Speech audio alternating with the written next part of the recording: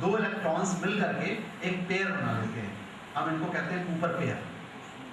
तो जब ये और कूपर पेयर बनाने के लिए जो इनको हेल्प करता है, वो हेल्प जो इनको मिलती है फोनॉन से मिलती है। जो इनका वाइब्रेशन हो रहा है, तो वाइब्रेशन का क्वांटाइज फॉर्म है, उसको हम फोनॉन्स कहते हैं। तो इन फोनॉन के द्वारा जो है ये दो इलेक्ट्रॉन्स जो है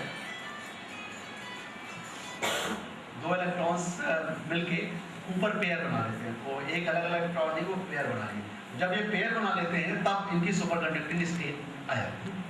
तो पेयर बनाने के लिए कुछ एनर्जी की जरूरत होगी, तभी ये पेयर बना पाएंगे। तो और जैसे आप टेम्परेचर बढ़ाएंगे तो टेम्परेचर बढ़ाने में क्या होगा, टेम्परेचर बढ़ाने में क्या होगा, थर्मल एनर्जी बढ़ती है।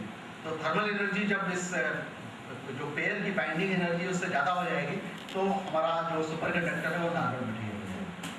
तो इसलिए इसीलिए हमको कूल करना पड़ता है कि थर्मल एनर्जी हमारी कम हो जाए और जो बाइंडिंग एनर्जी है जिससे जो इलेक्ट्रॉन्स जुड़ करके पेयर्स बना रहे हैं वो पेयर बने और हम वो सुपर कंडक्टर मिले।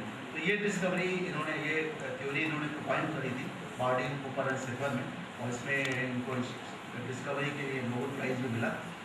और तो एक मिनट, एक पिक्चर में दिखाता हूँ। ये देखिए, ये हमने 2 डायमेंशनल लैटिस दिखाई है जिसमें ये आयंस और इस आयंस ये इसमें इस मटेरियल में इलेक्ट्रॉन फ्लो होता है। तो होता क्या है कि जैसे एक इलेक्ट्रॉन मान लीजिए आया यहाँ पे, तो जैसे इलेक्ट्रॉन आएगा तो ये इलेक्ट्रॉन क्या करेगा, आसपास के जो आयंस हैं इनको अट्रैक्ट करता है। तो ये थोड़े पास में आ गए। अब क्या होगा कि ये इलेक्ट्रॉन जो है आगे बढ़ जाएगा। तो ये इलेक्ट्रॉन्स जो है इसके कारण जो है वो आयंस पास में आ गए। अब ये इलेक्ट्रॉन आगे बढ़ गया, लेकिन चूंकि इसका रिलैक्सेशन टाइम कम है तो ये यही रहेगा। अब क्या हुआ कि दूसरा इलेक्ट्रॉन फिर यहाँ आ गया। जब दूसरा इलेक्ट्रॉन आएगा तो इस फोर्स को फील करेगा। तो ऑलरेडी ये फोर्स जो क्रिएट किया गया था, this was created by this electron, again electron. तो अब चूंकि ये इसको फील कर रहा है तो एक तरह से इसमें एक तरह का संबंध स्थापित हो जाता है और ये दोनों मिलकर पेयर बना लेते हैं, कूपर पेयर बना। तो इस तरीके से कूपर पेयर बन जाते हैं। जब कूपर पेयर बन गए तो सुपर कंडक्टिंग स्टेट। तो ये बेसिक थ्योरी परफॉर्म करेगी एंड सुपर कंडक्टिविटी इस प्रिंसिपल के द्वारा नहीं समझा सकते हैं। लेकिन काफ़ी मटीरियल्स में ये जो प्रिंसिपल है ये सक्सेसफुल है एक्सप्लेन करने के लिए कैसे इस मटीरियल में सुपर कंडक्टिविटी आएगी। ठीक है, कुछ प्रश्नों को पूछिए।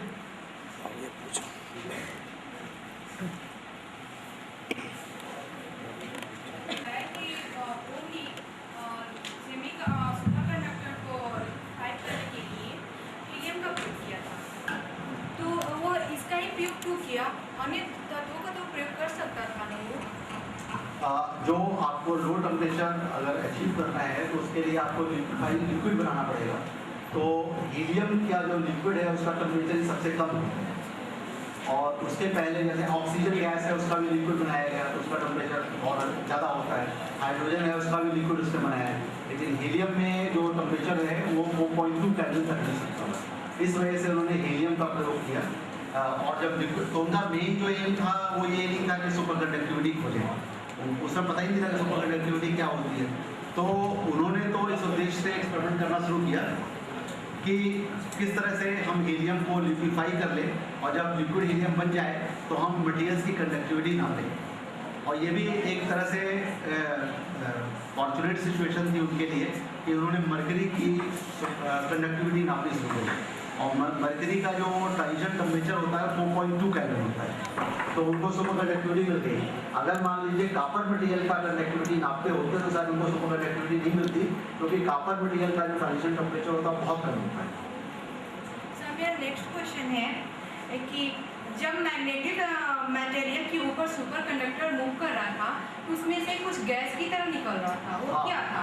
वो ऐसा था कि सुपर कंडक्टर मटेरियल्स को सुपर कंडक्टर बनाने के लिए जो मटेरियल जो यूज़ किया गया था इसका नाम है यार्ट्रियम बेरियम कॉपर ऑक्साइड। तो ये मटेरियल जो सुपर कंडक्टिविटी दिखाता है 90 केल्विन के नीचे, तो इसको सुपर कंडक्टिंग स्टेट में लाने के लिए इसको लिक्विड नाइट्रोजन में डिप किया गया। आपने देखा था कि एक पन्नी में लपेट के ऐसा डिप कर दिया गया, तो लिक्विड सा दिख रहा था वो लिक्विड नाइट्रोजन। तो लिक्विड नाइट्रोजन का टेम्परेचर 77 के होता है।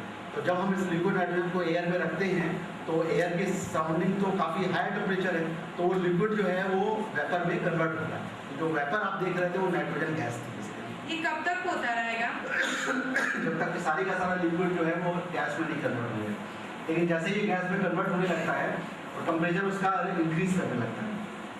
तो अगर मान लीजिए हमारा लेविटेशन दिख रहा है, अगर हम तो वो सारा जैसे लिक्विड कन्वर्ट हो जाएगा गैस में, वो उसका टेम्परेचर हाई हो जाएगा, वो उसमें लेविटेशन इफेक्ट खत्म हो जाएगा।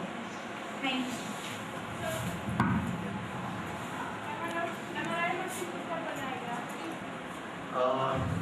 हमारे मशीन को कब बनाएंगे एग्जैक्ट, तो फ्रेंकली स्पीकिंग मुझे डेट तो नहीं मालूम।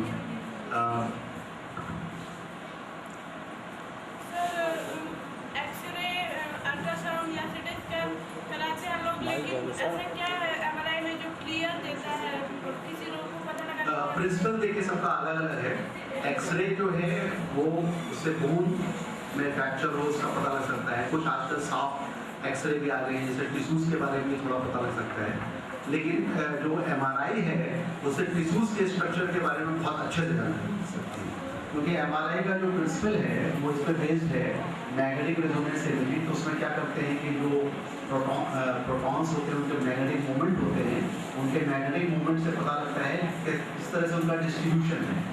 तो ये मैग्नेटिक रेजोनेंस इमेजिंग में ये एक्सपेरिमेंट जो करते हैं उससे टिश्यूज के बारे में कहीं पर कुछ गांठ बन रही है या कोई एनोमली है उसको बहुत अच्छे से पता लग जाता है। तो इसीलिए ये करते हैं। अल्ट्रासाउंड दूसरी टेक्नोलॉजी है। अल्ट्रासाउंड में क्या करते हैं कि अल्ट्रासोनिक वेव भेजते हैं और उसका जो रिफ्लेक्शन होता है उस रिफ्लेक्शन को रिकॉर्ड करते हैं। तो उस रिफ्लेक्शन से फिर इमेज क्रिएट करते हैं, जहाँ पे जो ऑब्स्ट्रक्शन होगा उस तरह से इमेज क्रिएट करेंगे तो वो भी ठीक है, लेकिन MRI से ज़्यादा अच्छी इन्फॉर्मेशन मिल जाती है एज कम्पेयर। एक्सरे से तो टिश्यूज की इन्फॉर्मेशन उतनी नहीं मिल पाएगी। MRI में जो प्रिंसिपल है, जो प्रिंसिपल ऑफ ऑपरेशन जिसके कारण आप इमेज क्रिएट कर रहे हैं वो डिफरेंट प्रिंसिपल है। एक्सरे में डिफरेंट प्रिंसिपल है। एक्सरे में आप फोटॉन्स को भेजते हैं, उस फोटॉन्स का जाएगा पास होगा कि नहीं पास होगा, उससे आप उसकी इमेज कंस्ट्रक्ट करते हैं। अल्ट्रासोनिक में प्रिंसिपल ये है कि अल्ट्रासोनिक वेव को आप भेजते हैं, वेव रिफ्लेक्ट होती है, उसकी रिफ्लेक्शन को से आप इमेज कंस्ट्रक्ट करते हैं। MRI में क्या होता है कि आप जो उनका मैग्नेटिक मूवमेंट्स हैं, वहाँ पे जो मॉलिक्यूल्स बैठे हुए हैं उनके मैग्नेटिक मूवमेंट से इमेज क्रिएट करते हैं। तो प्रिंसिपल सबके अलग अलग हैं, वहाँ पर सेंसिटिविटी ज़्यादा आपको कौन सा?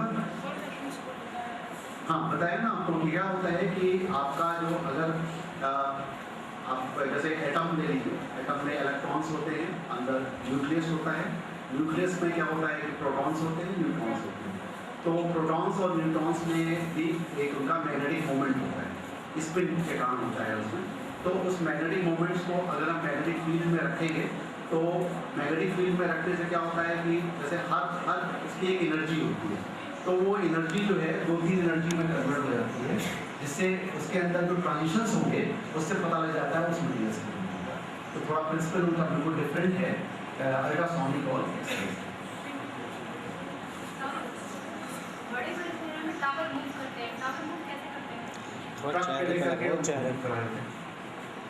ट्रक्स जैसे होते हैं ना, बड़े ट्रक्स हो गए, उन ट्रक्स पर टावर रखे हुए हैं। और जैसे मान लीजिए एक स्टैटिस्टिक्स ये बताती है कि 9 से 9:30 बजे तक इतनी ज़्यादा पॉपुलेशन यहाँ से वहाँ मूव कर रही है, तो वो ट्रक्स भी उसी के साथ मूव करते रहते हैं। तो उनके लिए वो जो पॉपुलेशन मूव कर रही है उनके लिए जो टावर है वो ट्रक हो रहा है।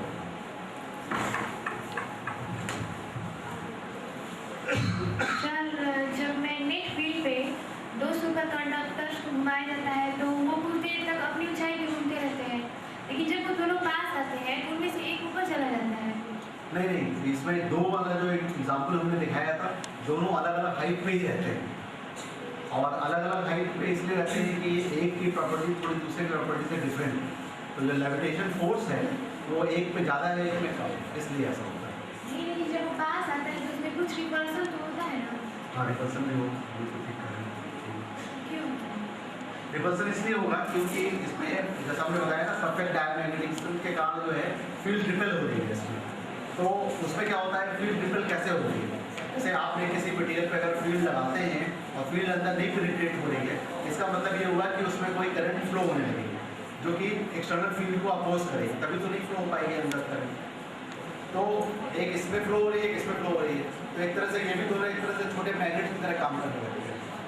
तो जैसे ही आप दो मैग्नेट को पास में लाएंगे रिपल्सन हो, उसी प्रिंसिपल की है।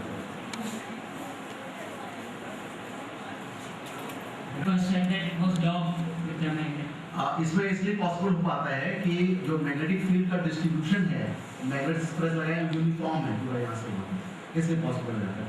अगर एक मैग्नेट हम रखते हैं तो क्या होता है कि उसमें वो लॉक हो जाता है, क्योंकि इधर मैग्नेटिक फील्ड लेंगे, इधर मैग्नेटिक फील्ड लेंगे। इसमें एक यूनिफॉर्म डिस्ट्रीब्यूशन है, इस वजह से वो पूरा का पूरा मूवमेंट संभव है।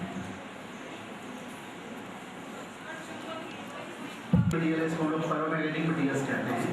तो फेरोमैग्नेटिक मटेरियल्स ऐसे कोई भी मटेरियल हो जिसमें कुछ फेरोमैग्नेटिक कंटेंट्स हों, उन्हीं को अट्रैक्ट करेगा, अदरवाइज नहीं। अगर आप थोड़ा डिटेल में समझना चाहें तो क्या होता है कि जो मटेरियल होते हैं, अगर एटम का स्ट्रक्चर देखें तो एटम में जो इलेक्ट्रॉन्स होते हैं, इलेक्ट्रॉन्स में स्पिन की प्रॉपर्टी होती है। तो एक ऑर्बिट में कितने इलेक्ट्रॉन्स हैं उस पर डिपेंड करेगा। अगर मान लीजिए ऑर्बिट में इस तरह के इलेक्ट्रॉन्स हैं इवन नंबर के, तो इवन नंबर में अगर आपने पढ़ा होगा कि स्पिन हमेशा अपोजिट डायरेक्शन में होती है। अपोजिट डायरेक्शन में होने पे उनका मैग्नेटिक मूवमेंट कैंसिल आउट होता है। लेकिन कुछ मटेरियल ऐसे होते हैं कि जिसमें स्पिन अपोजिट ना होकर एक सिंगल डायरेक्शन में होती है। तो सिंगल डायरेक्शन में होने के कारण उसमें कुछ ना कुछ मैग्नेटिक की टेंडेंसी होती है। तो लोहे में ऐसा होती है, इसीलिए चुंबक लोहे को कहेगा, एल्युमिनियम और कॉपर को नहीं होता है। जब दो सुपरकंडक्टर्स के बीच इंसुलेटिंग मटेरियल रखा जाए तो सुपरकंडक्टर्स के इलेक्ट्रॉन एक जगह से दूसरी जगह मूव कैसे कर सकते हैं? जब सुपरकंडक्टर मटेरियल्स के बीच में अगर हम रखते हैं तो इसको हम क्लासिकली नहीं समझ सकते। क्लासिकल समझते हैं, क्लासिकल और क्वांटम। जो अभी पता नहीं आप लोगों ने क्वांटम मैकेनिक्स के बारे में कुछ पढ़ा है? क्वांटम मैकेनिक्स का थोड़ा सा मैं बताता हूँ 2 मिनट में। क्या होता है कि क्लासिकल मैकेनिक्स ये कहती है कि वेव एक चीज़ होती है, पार्टिकल एक चीज़ होती है। वेव अलग हो गया, पार्टिकल अलग हो गया। जैसे उनका इलेक्ट्रॉन क्या है, पार्टिकल, बॉल क्या है, पार्टिकल, वेव बिल्कुल अलग चीज़ है। क्वांटम मैकेनिक्स में ये कहा गया कि हम मटेरियल्स को पार्टिकल और वेव नहीं कहेंगे, दोनों ही चीज़ें उसमें होती हैं। मतलब पार्टिकल की तरह भी बिहेव कर सकता है और वेव की तरह बिहेव कर सकता है सिचुएशंस पढ़ने पे। तो अगर आप ये एक्सपेरिमेंट करेंगे जिसमें दो कंडक्टर के बीच में अगर एक इंसुलेटर रखा हुआ है, क्लासिकली सोचे तो संभव नहीं है कि इलेक्ट्रॉन एक जगह से दूसरी जगह जा सकता है। लेकिन अगर क्वांटम मैकेनिकली चूंकि इलेक्ट्रॉन एक वेव की तरह है तो वेव एक जगह से दूसरी जगह जा सकती है। तो इसीलिए तो सुपर कंडक्टर्स में भी जो ट्यूबल पेयर है वो पार्टिकल की तरह नहीं बल्कि वेव की तरह होता है। क्वांटम मैकेनिकल पार्टिकल्स जो है तो वेव नेचर भी होता है, जिसके कारण ये टनलिंग संभव होगा। सर मॉइस्चर सुपर कंडक्टर के लिए हानिकारक क्यों है? क्या सवाल है आपका? मॉइस्चर सुपर कंडक्टर के लिए हानिकारक क्यों?